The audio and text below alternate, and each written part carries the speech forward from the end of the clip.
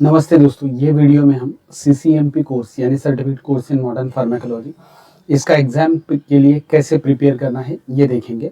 मैं last year इसका exam pass किया, उसके लिए मैंने किस तरीके से एग्ज़ाम का प्रिपरेशन किया था वो इस वीडियो में मैं आपको समझाऊंगा। मैंने जो बुक्स इस्तेमाल किए थे या नोट्स इस्तेमाल किए थे वो कौन से थे, क्या थे, ये सब हम देखेंगे। अगर आप चैनल पे नए हैं तो मैं रिक्वेस्ट करता हूँ कि चैनल को सब्सक्राइब जरूर कीजिए। वीडियो अच्छी लगी तो इसको लाइक ज़रूर कर देना। तो चलिए देखते हैं। मैंने खाली 2 बुक इस्तेमाल किए थे। उसमें सबसे पहले था फार्माकोलॉजी का बुक जो है ये वाला, शानबाग का बुक है। क्लासिकल जो फार्माकोलॉजी का बुक है वो मैंने इस्तेमाल किया था। नोट्स काफ़ी सारे थे और भी बुक्स थे, उनको लिया, लेकिन एग्ज़ाम के लिए उसमें से नहीं पढ़ाई की। उसका कारण ये है कि जो नोट्स बनाए जाते हैं वो दूसरे ने बनाए हुए हैं, वो उसने उसके तरीके से सोचा हुआ है, तो आप उसी के तरीके से सोच नहीं सकते हो। लेकिन बुक जो है वो इस तरीके से लिखी जाती है कि उसको हर कोई पढ़ सकता है।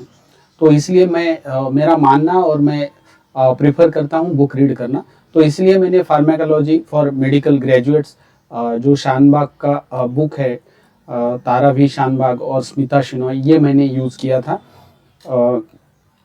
जो CCMP का कोर्स है वो आपको गवर्नमेंट मेडिकल कॉलेज में पढ़ाया जाता है, जिसमें MBBS स्टूडेंट्स को पढ़ाने वाले, MD स्टूडेंट, MS स्टूडेंट को पढ़ाने वाले टीचर्स ही आपको पढ़ाते हैं। तो आपको नॉलेज तो काफ़ी अच्छा आता है, वो वास्ट नॉलेज आपको दे देते हैं। लेकिन एग्ज़ाम में क्या है कि हमें 2 मार्क्स के लिए, 5 मार्क्स के लिए लिखना है, 7.5 मार्क्स के लिए लिखना है। तो उसको एग्जैक्टली कैसे लिखना है एक स्किल होता है।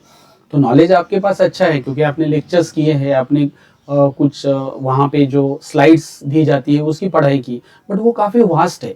उसको आप एग्जाम में उसी तरीके लिख नहीं सकते हो। उस तरीके से अगर लिखने जाओगे तो आप हार्डली 1 और 2 क्वेश्चन ही पूरा टाइम में सॉल्व कर पाओगे। तो इसलिए मैंने उसको किस तरीके से एडजस्ट किया था ये आपको इस वीडियो के माध्यम से समझा रहा हूँ। तो बुक तो ये वाला पहला हो गया फार्माकोलॉजी के लिए। फिर अलाइड के लिए जो है मैंने यूज़ किया था ये वाला स्टैंडर्ड ट्रीटमेंट प्रोटोकॉल। ये मैं आपको दोनों भी PDF फॉर्म में अवेलेबल करवा देता हूँ मेरे चैनल के ऊपर, तो आप टेंशन मत लीजिए। ये बुक मैंने यूज़ किया था। इसके अंदर सभी मेडिसिन, फार्माकोलॉजी, पेडियाट्रिक, फिर और PSM, OBGY सब है। साथ में आपको डर्मेटोलॉजी वगैरह की भी पढ़ाई इसके अंदर है। तो आप इसी में से पढ़िए, मेरा ऐसा मानना है। बाकी आप स्टैंडर्ड मेडिसिन का बुक, स्टैंडर्ड सर्जरी का बुक इसमें से भी पढ़ सकते हो, बट मुझे नहीं लगता उतना ज़रूरत पड़ता है। तो चलिए अभी मैं आपको सीधा क्वेश्चन पेपर की तरफ लेके चलता हूँ और फिर क्वेश्चन पेपर के थ्रू आपको समझाना चाहता हूँ। देखिए लास्ट में अगर चाहे तो मैं मेरे मार्क्स भी आपको दिखा दूंगा इफ़ यू वांट, उसका कोई ज़रूरत नहीं है, बट इफ़ यू वांट। तो चलिए मैं पहले अलाइड का पेपर आपको दिखाता हूँ। और सबसे पहले एक बात ध्यान रखिए कि आप डेली, अभी एग्ज़ाम जो होगा मोस्टली दिसंबर जनवरी में होता है, अभी चल रहा है सितंबर, अक्टूबर, नवंबर और दिसंबर। ये क्लासिकल टाइम है आपके पास पढ़ाई के लिए। आप अच्छे से बहुत सारा पढ़ाई कर सकते हो इसमें। तो सबसे पहले आपको राइटिंग स्किल आपकी डेवलप करनी है। आपको डेली लिखने का आदत डालना है एटलीस्ट हाफ आवर के लिए, बिकॉज ये जो कोर्स के लिए डॉक्टर जाते हैं यूजुअली 10 साल 15 साल प्रैक्टिस करने के बाद ये कोर्स के लिए जा रहे हैं, तो उनको लिखने का आदत नहीं। वो खाली क्या करते हैं, प्रिस्क्रिप्शन लिखने का आदत है। तो प्रिस्क्रिप्शन में 2-4 लाइनें लिखनी है, बट इसमें जो है हमें काफ़ी सारी चीज़ें लिखनी होती है। तो इसके लिए पहले तो राइटिंग के ऊपर फोकस कीजिए। और ये वाले कौन से CCMP फार्मैक है, ये CCMP फार्मैक सेकंड, ये अलाइड 2। मैं ओपन करता हूँ इसको, फार्मैक अलाइड, हाँ ये वाला। चलो तो सबसे पहले अलाइड से स्टार्ट करते हैं। और इसमें सेक्शन 1 जो है उसके अंदर आपको MCQ पूछे जाते हैं। तो MCQ 4-4 मार्क्स के लिए इसका मैंने पूरा जो एग्ज़ाम पैटर्न है उसका वीडियो डाला है, अगर आपने वो देखा नहीं तो वो देख लीजिए। उसके अंदर आपको कौन कौन से सेक्शन से पूछे जाएंगे उसका एक रफ आइडिया दिया है। यहाँ पे इंस्ट्रक्शन है, तो ब्लैक बॉल पेन आपको यूज़ करना है बाकी वाले छोड़ देंगे। ये वाला थोड़ा distribution of syllabus in question paper is only meant to cover the entire syllabus within the stipulated time. The question paper pattern is mere guideline. Questions can be asked from any paper syllabus into the question paper. Student cannot claim that question is out of syllabus as it is only for the placement sake. The distribution has been done. Okay, तो कुछ भी वो पूछ सकते हैं और student ऐसा नहीं बोल सकता है कि हमने ये आउट ऑफ सिलेबस वगैरह है ऐसा। तो चलिए पहले तो लॉन्ग आंसर क्वेश्चन 2 है 7.5 मार्क के लिए ईच। मैंने 3 to 4 पेजेस दोनों साइड से लिखे थे, मुझे अच्छे से याद है। जितना मुझे याद आएगा मैं आपको समझाने की कोशिश करूँगा। इट्स ऑलमोस्ट दिसंबर अभी ये चल रहा है तो 9 महीने हो गए हैं। सो आई मे हैव फॉरगॉटन बिकॉज एक नॉलेज एक अलग चीज़ होती है और एग्जाम के लिए जिस तरीके से प्रिपेयर किया जाता है वो एक अलग बात होती है। सो पहले क्वेश्चन है describe aetiology clinical feature investigation and treatment of peptic ulcer. तो पेप्टिक अल्सर हम सबको पता है, तो उसकी इटियोलॉजी लिखने पहले हम डेफिनेशन लिख देंगे पेप्टिक अल्सर क्या होता है, फिर इटियोलॉजी में लिखेंगे कि स्ट्रेस कैसे अल्सर क्रिएट करता है, जो एच पाइलोरी का इन्फेक्शन है वो कैसे अल्सर क्रिएट करता है, और हमारा खाना पीना और सोने की आदत ये कैसे मिल के गैस्ट्रिक म्यूकोजा को डैमेज करते हैं और अल्सर क्रिएट करते हैं, ये हमने लिख दिया। फिर क्लिनिकल फीचर्स लिखेंगे, इसमें हम एक्यूट क्रॉनिक लिख सकते हैं, एक्यूट में ब्लीडिंग वगैरह होके मुँह उल्टियाँ होगी ये सब हम लिख सकते हैं, हार्ट बर्न वगैरह लिख सकते हैं, इंडाइजेशन जो है वो हम लिख सकते हैं। इन्वेस्टिगेशन में क्लासिकल इन्वेस्टिगेशन ओजिडोस्कोपी है, फिर ब्लड भी हम टेस्ट करेंगे ताकि एनीमिया वगैरह है क्या ये देखने के लिए।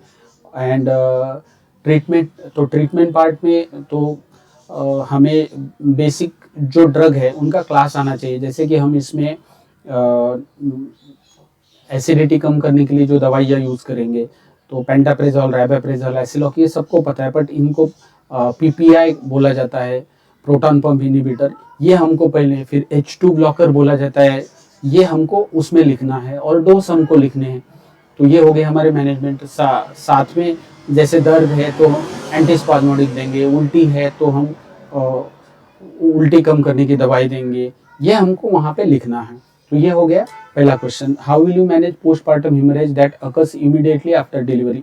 डिलीवरी होने के बाद जो हेमरेज होते हैं उसको आप कैसे मैनेज करोगे ये इसमें लिखना है। तो बेसिक जो आपके डोसेस है इसमें वो आपको लिखने हैं, स्पेशली मुझे इतना याद नहीं आ रहा है, बट इसमें एक प्रोसीजर होता है जहाँ पे आपके पेट के ऊपर आप हाथ रखते हो और फिर यहाँ से आप वेजाइना की तरफ से आप प्रेशर देते हो सो दैट उसको वहाँ पे प्रेशर क्रिएट होने से ब्लीडिंग रुक जाए। उस प्रोसीजर का नाम मुझे याद नहीं आ रहा है। फिर आपको दवाइयाँ कौन सी देनी है, उसके डोज, ऑक्सीटोसिन का डोज कैसे लगाना है कॉन्ट्रैक्शन कम करने के लिए, या और आईवी फ्लूइड जैसे उसका ब्लड प्रेशर लो है तो ऐसी आईवी फ्लूइड कौन सा देना है, आरएल देना है, डीएनएस देना है, ये सब आपको इसमें लिखना है। Enumerate 5 causes of anemia in 2-year-old child. Describe symptoms, signs, approach to diagnosis, management and prevention of the iron deficiency anemia in the child. So इसमें 5 causes आपको लिखने हैं।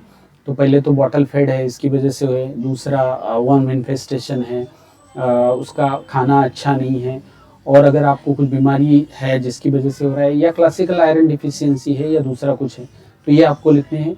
सिम्टम्स आपको लिखने हैं, उसको क्या लक्षण है, signs, approach to a diagnosis, management and prevention of iron deficiency anaemia in the child. So prevention के लिए क्या करोगे, डायग्नोसिस के लिए बेसिक ब्लड टेस्ट आप करोगे, उसके साथ में आप डायग्नोसिस आयरन प्रोफाइल आप कर सकते हो, कभी कभी ज़रूरत पड़ेगा तो बोन मैरो भी करना पड़ेगा। प्रिवेंशन के लिए आपको डाइट ऐसा देना है कि जिसमें उसको आयरन कंटेनिंग जो फूड रहेगा वो आपको देना है। तो ये हो गया लॉन्ग क्वेश्चंस। तो अभी हम चलते हैं शॉर्ट क्वेश्चंस की तरफ, शॉर्ट आंसर जो है। So describe clinical assessment and management of 2-year-old child with moderate dehydration हो गया। तो इसका क्लिनिकल असेसमेंट कैसे करेंगे, आप स्किन पिंच करते हो, उसका पल्स देखते हो, कितना टैकीकार्डिया है, उसको डिहाइड्रेशन का कारण क्या है वो ढूंढते हो, एंड फिर क्या है मैनेजमेंट ऑफ 2-year-old चाइल्ड। तो उसके वेट के हिसाब से आप क्या इसको ओरली, अगर उसको उल्टी वगैरह नहीं हो रही है तो आप ओरली उसको ORS दे सकते हो, या फिर आपको ज़्यादा डिहाइड्रेशन है तो फिर आप IV फ्लूइड किस तरीके से 60 mg/kg के हिसाब से उसको दे रहे हो वो देख सकते हो। Describe the causes of bleeding per rectum, describe causes of bleeding per rectum in adult patient, mention types and grades of hemorrhoids। so causes में सबसे पहला कॉज आता है कि कैंसर, दूसरा अल्सरेटिव कोलाइटिस, तीसरा ये हेमोरॉइड्स, चौथा वहाँ पे फिशर, ये कॉजेस आ गए। और types and grades, so types में ब्लीडिंग, नॉन ब्लीडिंग आता है। ग्रेड्स में first grade, second grade, third grade, जो जिसमें प्रोलैप्स है, किसी में प्रोलैप्स नहीं है, पाइल्स जो है वो प्रेशर देने के बाद अंदर जाते हैं या बाहर ही रहते हैं, तो ये हो गए उनके ग्रेड्स। और फिर सर्जिकल मैनेजमेंट में क्या है, तो वहाँ पे आप इंजेक्टेबल दे सकते हो, जो क्रायोथेरेपी बोलते हैं वो, फिर आप उनको हेमरेक्टोमी कर सकते हो, वो आपको लिखना है। और describing epidemiological determinants of diabetes mellitus, तो ये जो क्वेश्चन है ये PSM की तरीके से आपको लिखना है। क्या डिटर्मिनेंट्स है जो डायबिटीज मेलाइटिस को ये करते हैं, शायद ये मैंने छोड़ दिया था। Management of conversion in eclampsia, so eclampsia and pre eclampsia जो दो कंडीशन होते हैं, इसमें स्पेशली इक्लाम्शिया में कन्वर्जन अगर हो जाता है तो वो उसको कैसे मैनेज करता है। तो बेसिक जो कन्वर्जन का मैनेजमेंट है वो तो आपको लिखना है, साथ में जो मैग्नीशियम सल्फेट का डोज है वो आपको इसमें अच्छी तरीके से लिखना है। और बेसिकली जो ऊपर वाला क्वेश्चन है लॉन्ग आंसर, उसको 3.5 पेज के लिए लिखना है, इसको 1.5 या 2 पेज के लिए आप लिख सकते हो। 5 मार्क्स है तो 2.5 पेज इसको लिख सकते हो। सो अभी हम देखते हैं अलाइड के शॉर्ट नोट्स जो थे वो कैसे हैं। ये वाला था क्या, थ्रेटन्ड एबॉर्शन, हाँ ये वाला अलाइड। सो इसमें अभी देखते हैं हम अलाइड का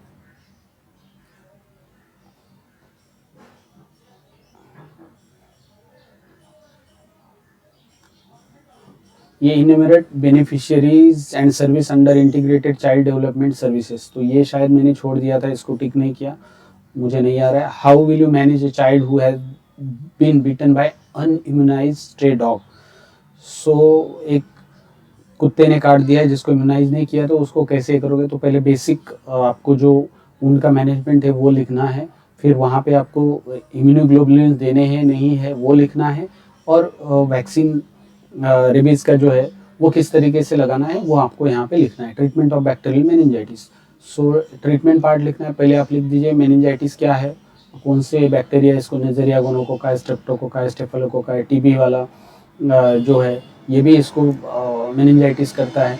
तो इनका जो मैनेजमेंट है वो कैसे करना है, सॉरी ट्रीटमेंट आपको लिखना है, डोज लिख देने हैं। Describe first aid for Burns, so Burns में पहले तो आप टाइप लिख दो, क्योंकि इन्होंने बर्न्स कौन से वो बताया नहीं, तो आप केमिकल बर्न है, इलेक्ट्रिक बर्न है, या हीट की वजह से बर्न है, वो लिख दीजिए। और फिर फर्स्ट एड इसमें लिख दीजिए जो लिखना है। थ्रेटन्ड एबॉर्शन, जो एबॉर्शन के टाइप्स होते हैं उसके अंदर ये वाला आता है, तो उसको आपको मेंशन करना है। जितना पूछा है उतना ही लिखना है, उससे ज़्यादा नहीं। Describe in brief management of breast abscess in a breast feeding lady, so breast feeding lady में ब्रेस्ट एब्सेस का मैनेजमेंट कैसा है, सो उसको आपको लिखना है ब्रीफ मैनेजमेंट को। जनरली हम क्या करते हैं, तो उनको हॉट फर्मेंटेशन करते हैं, एंटी इन्फ्लेमेटरी आइबुपैरा वगैरह डोज देते हैं, साथ में हम अमॉक्सिक्लाव का यूज़ करते हैं। सो ये हो गया अलाइड का पेपर। मैंने मेरी तरीके से कैसे इसको लिखा था ये आपको मैं समझा रहा हूँ। तो चलिए अभी हम देख लेते हैं फार्मेकोलॉजी का। सो फार्मेकोलॉजी का जब आपका पढ़ाई हो जाता है तो फार्मेकोलॉजी की पढ़ाई में आपका सब कुछ आ जाता है, उसमें आपको जो मेडिसिन, पीडियाट्रिक सभी उसमें आ जाते हैं। तो इसलिए फार्मेकोलॉजी की तरफ ज़्यादा ध्यान देना चाहिए ताकि उसी में से आप पढ़ सकते हो। सो ये फार्मेकोलॉजी का है। सो इसमें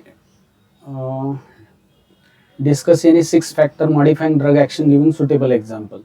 सो कौन से फैक्टर्स है जो ड्रग की एक्शन को मॉडिफाई कर सकते हैं। तो सबसे पहले तो एज, ओल्ड एज में अलग एक्शन होगा, पीडियाट्रिक एज में अलग होगा। फिर सेक्स, फीमेल्स में कुछ दवाई अलग से काम करेगी, मेल्स में कुछ अलग करेगी, ये 2 हो गए। तीसरा अंडरलाइंग डिसीज कंडीशन, आपको अगर कोई बीमारी है, आप कोई दवाइयाँ ले रहे हो तो वो दवाइयों की इंटरेक्शन हो सकती है। तो ये ड्रग एक्शन मॉडिफाई करने वाले एग्जाम्पल्स है। ओपोइड एनाल्जेसिक को इन्यूमरेट करना है, write pharmacological actions and contraindication and clinical uses of morphine. So enumerate opioid analgesic.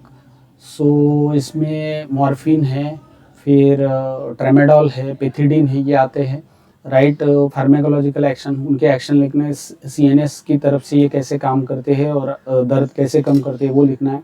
Contraindication, सो आप कोमा के पेशेंट में इसको यूज़ नहीं कर सकते हो, ये बेसिक कॉन्ट्राइंडिकेशन आता है। फिर क्लिनिकल यूजेस ऑफ मॉर्फिन, तो मॉर्फिन का यूज़ कहाँ पे होता है, तो पेन मैनेजमेंट इन कैंसर पेशेंट, दूसरा एमआई का जो पेन होता है उसमें, और भी जो कुछ याद आएगा वो आप लिख सकते हो। मुझे जितना याद आ रहा है मैं कोशिश कर रहा हूँ आपको समझाने। Classify anticoagulants, write therapeutic uses, side effects of heparin. So anticoagulants को आपको क्लासिफाई करना है, इसमें warfarin, heparin, low molecular weight heparin, और जो सिंथेटिक है वो लिखने हैं। इसमें थेरेपेटिक यूजेस हिपारिन किस में यूज़ की जाती है, तो जहाँ पे क्लॉटिंग हो रही है उसकी, जैसे कोविड में भी यूज़ किया गया था, फिर स्ट्रोक में भी यूज़ करते हैं, एमआई में भी यूज़ किया जाता है, और पल्मोनरी एम्बोलिज्म में, आफ्टर सर्जरी, ये आपको लिखना है। फिर हिपेरिन लो मोलिकुलर वेट हिपेरिन का डिफ्रेंशिएट आपको लिखना है। साइड इफ़ेक्ट्स में कि ब्लीडिंग टेंडेंसी बढ़ जाएगी, ये एक सबसे ये आता है। तो ये इस तरीके से इसको लिख दिया। फिर शॉर्ट नोट से right advantage and disadvantage of inhalation steroid. So inhalation steroid जो है उसका एडवांटेज है कि टारगेट डिलीवरी होती है, जहाँ पे लंग्स में डायरेक्टली जाके काम करेगा, इसका सिस्टमिक साइड इफेक्ट नहीं होगा। ये 2 तो यहीं पे हो गए एक मार्क्स के लिए। फिर डिसएडवांटेज में हम लिख सकते हैं कि इसकी वजह से मुंह के ऊपर फंगल इन्फेक्शन हो जाता है, फाइब्रोसिस वगैरह होता है। डिसएडवांटेज में और कभी ज़्यादा एब्जॉर्प्शन हो जाए तो फिर आपको जो मून फेसेस वगैरह होते हैं। फिर एडवांटेज में ये आता है कि जो डिसएडवांटेज है जैसे मून फेस वगैरह होता है वो यहाँ पे आप ऐड कर सकते हो। फिर right dots and dots plus regimen and it's indication in treatment of tuberculosis. So tuberculosis में जो ट्यूबरकुलोसिस है एमडीआर है, तो एमडीआर में डॉट्स प्लस, या प्राइमरी ट्यूबरकुलोसिस है तो उसमें डॉट्स, उनका रेजिमेन आपको लिखना है। वो HR जेड का जो रेजिमेन है वो आपको यहाँ पे लिखना है।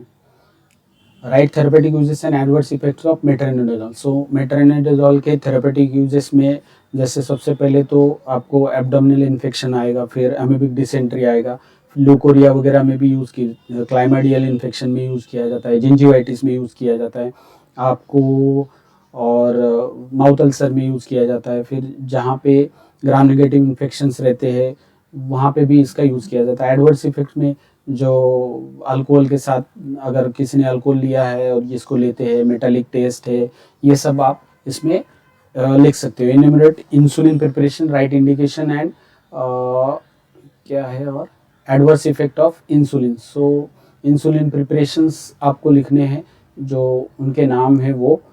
इंडिकेशंस तो बेसिक इंडिकेशन तो पहले की टाइप 1 डायबिटीज़, दूसरा है जिनका दवाई के ऊपर कंट्रोल नहीं हो रहा है वो, तीसरा है इनका, तीसरा जो है तीसरा external voice is disturbing me. तीसरा इंडिकेशंस है सर्जरी वगैरह रहेगा तब आपको इंसुलिन जो है स्ट्रेस के लिए। फिर डायबिटिक कीटोएसिडोसिस है। एडवर्स इफेक्ट में हाइपोग्लाइसीमिया हो सकता है, फिर जहाँ पे इंसुलिन देते हैं वहाँ पे लिपिडोस्ट्रोपी होती है। ये सब आप लिख सकते हो। जितना मुझे याद आ रहा है मैंने जिस तरीके से लिखा था वो आपको समझाने की कोशिश में यहाँ पे कर रहा हूँ। तो अभी दूसरा देखते हैं इसमें, ये वाला है क्या, CCM2 फार्मेक, हाँ ये है। सो इसमें आपको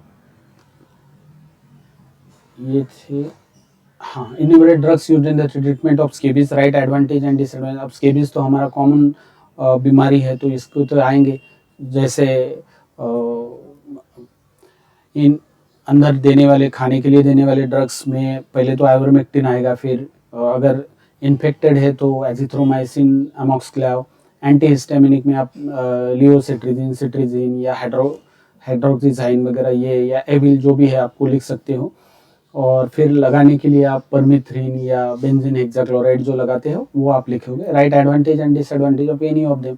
तो एडवांटेज आप इसका ओडी डोज है लियोसिट्रिजिन का, ये लिख सकते हो। डिसएडवांटेज में उसका लिख सकते हो, नींद वगैरह आएगी। सिट्रिजिन है तो या लियोसिट्रिजिन है तो कम आएगी। इस तरीके से आप इसको लिख सकते हो। Right 4 therapeutic uses of atropine giving justification of each of them.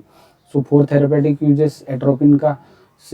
असिस्टोल में जब एट्रोपिन का इंजेक्शन दिया जाता है, फिर प्री एनेस्थेटिक ड्रग ड्राइनेस करने के लिए म्यूकोजा का पे वो एट्रोपिन दिया जाता है, वो आप लिख सकते हो। फिर आई ड्रॉप्स में यूज़ किया जाता है, वो आप लिख सकते हो। फिर एट्रोपिन पेट के दर्द के लिए जो दवाई यूज़ की जाती है डायसाइक्लोमिन, वो एट्रोपिन डेरिवेटिव है। लोमोटिल है वो एट्रोपिन डेरिवेटिव, ये सब आप लिख सकते हो। Enumerate diuretics, right therapeutic uses and adverse effect of thyroid diuretics. तो यहाँ पे डायरेटिक का क्लास जो लैसिक्स हम कॉमन यूज़ करते हैं वो, फिर हाइड्रोक्लोरोथायजाइड, और जो आँखों के ड्रॉप में भी एक यूज़ किया जाता है वो भी इसके अंदर आता है। डायमॉक्स जो है वो इसके अंदर आता है। फिर इनके एडवर्स इफेक्ट जो कैल्शियम का लेवल कम ज़्यादा हो जाता है वो, और शुगर का लेवल कम ज़्यादा होता है वो इसमें आता है। Defined term teratogenicity, name for teratogenic drugs. So teratogenicity क्या है? तो टेरेटोजेनिसिटी एक ऐसी चीज़ है जो प्रेग्नेंट लेडी अगर कोई दवाई लेती है तो उसका जेनेटिक ट्रांसफ़र बच्चों में हो जाता है। तो जिसमें क्लेफ्ट पैलेट हो जाता है, पीले दांत होते हैं, तो वो कैंसर के ड्रग्स है। फिर सल्फ़र ड्रग्स है, और ये अपना डॉक्सीसाइक्लिन वगैरह है, ये यहाँ पे आपको लिखने हैं। Justify fixed dose combination of amoxicillin and clavulanic acid. So amoxicillin, clavulanic acid ये कंबाइन करके क्यों दिया जाता है, इसको आपको लिखना है। Write difference between active and passive immunisation. So active immunisation exactly क्या है, पैसिव इम्यूनाइजेशन, तो ये एक पेज के लिए आपको लिखना है। जितना मुझे याद आ रहा था मैंने आपको एक्सप्लेन करने की कोशिश की। तो सबसे पहले याद रखिए कि आप मेरे हिसाब से 2 ही बुक्स यूज़ कीजिए, एक शानबाग का, दूसरा स्टैंडर्ड ट्रीटमेंट प्रोटोकॉल। इसी के ऊपर MCQ वगैरह आते हैं, और वैसे भी MCQ 4-4 पूरा मेडिसिन में से 4 आएगा पूरा इसमें से, तो थोड़ा मुश्किल बन जाएगा उसको पढ़ाई के लिए। तो ये शॉर्ट बट स्वीट है। लिखने की आदत रखिए, और कुछ भी आपको डिफ़िकल्टी है, नहीं समझ में आया तो वीडियो के नीचे कमेंट कीजिए, मैं आपको रिप्लाई देने की कोशिश करूँगा। या आप मुझे व्हाट्सअप कीजिए या फिर ईमेल कीजिए। उम्मीद करता हूँ ये वीडियो जो है आपको अच्छा लगा होगा। अच्छा लगा है तो उसको लाइक ज़रूर कीजिए, और चैनल पे पहली बार आए तो सब्सक्राइब कीजिए। वीडियो देखने के लिए आप सभी का शुक्रिया। Thank you.